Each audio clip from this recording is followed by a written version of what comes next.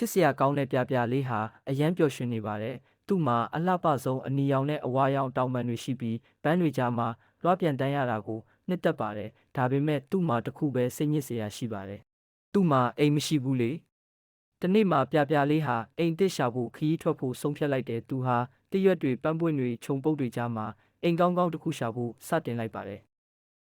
ပထမဆုံးသူဟာပန်းနီနီကြီးတစ်ပွင့်စီသွားပြီးမေးတယ်ပန်းကြီးရေငါအတွက်အိမ်ဖြစ်မလားပန်းကြီးကပြုံးပြီးဖြေတယ်မဖြစ်နိုင်ဘူးလေပြပြလေးငါမှာဝတ်မုံတွေအများကြီးပါနေရမလောက်ဘူး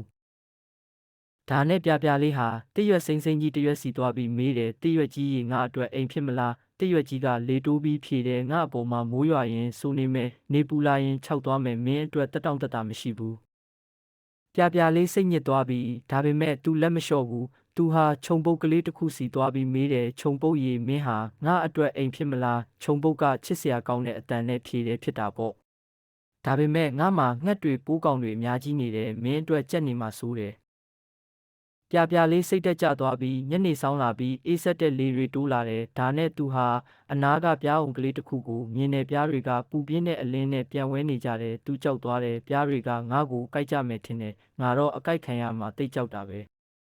ဒါပေမဲ့ရုတ်တရက်ပြားပရင်မကြီးကသူ့ကိုမြင်ပြီးအော်ခေါ်လိုက်တယ်ဟေးလိပ်ပြလေးရေဘာလို့ဒီလိုအေးတဲ့အချိန်မှာအပြင်မှာရှိနေရတာလဲငါတို့အိမ်မှာနားလိုက်ပါဦးပြပြလေးအံ့အားသင့်သွားတယ်ဒါပေမဲ့ငါ့ကိုမကိုက်ကြဘူးလားငါကိုက်ခံရမှာကြောက်တယ်လို့ပြန်ပြောလိုက်တယ်ဒါပေမဲ့ပြားပရင်မကရီပြီးဖြေတယ်ငါတို့ကကောင်းတဲ့ပြားတွေပါမင်းလိုမိတ်ဆွေတယောက်ကိုကူညီမှာပါမကိုက်ကြပါဘူးလို့လိပ်ပြကလေးကိုပြောလိုက်ပါတယ်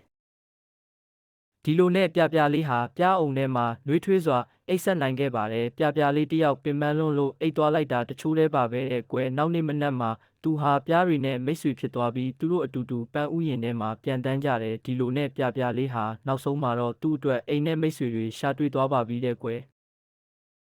ဒီပုံမြင်လေးရဲ့အဓိကသင်ခန်းစာကတော့စိတ်ရှည်ပါပြပြလေးလိုအခက်ခဲတွေကြားမှာလက်မလျှော့ပဲစူးစမ်းပါမိတ်ဆွေကောင်းရှာပါပြားတွေလိုကူညီတတ်သူတွေနဲ့မိတ်ဆွေဖွဲ့ပါကျင်နာမှုကအရေးကြီးတယ်ပြားပရင်မလို့သူများကိုကူညီပါကျေးဇူးတင်ပါကျေးဇူးတည်တတ်ဖို့ပါပဲကွယ်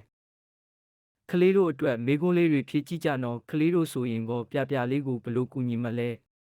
ကလေးတို့မှာကောပြားပရင်မလို့မိတ်ဆွေကောင်းတွေရှိလားအဲ့ဒါဘယ်သူတွေလဲမှန်ပါတယ်ကွယ်ကလေးတို့ရဲ့မိသားစုတွေပါပဲကွယ်ဒီပုံမြင်လေးရဲ့အဆုံးသတ်စကားကတော့ကလေးတို့တည်တည်ချာချာလိုက်မှတ်ချက်နော်မိတ်ဆွေကောင်းတဲ့စိတ်ရှိမှုရှိရင်ဘယ်နေရာမဆိုအိမ်ပါပဲတဲ့ကွယ်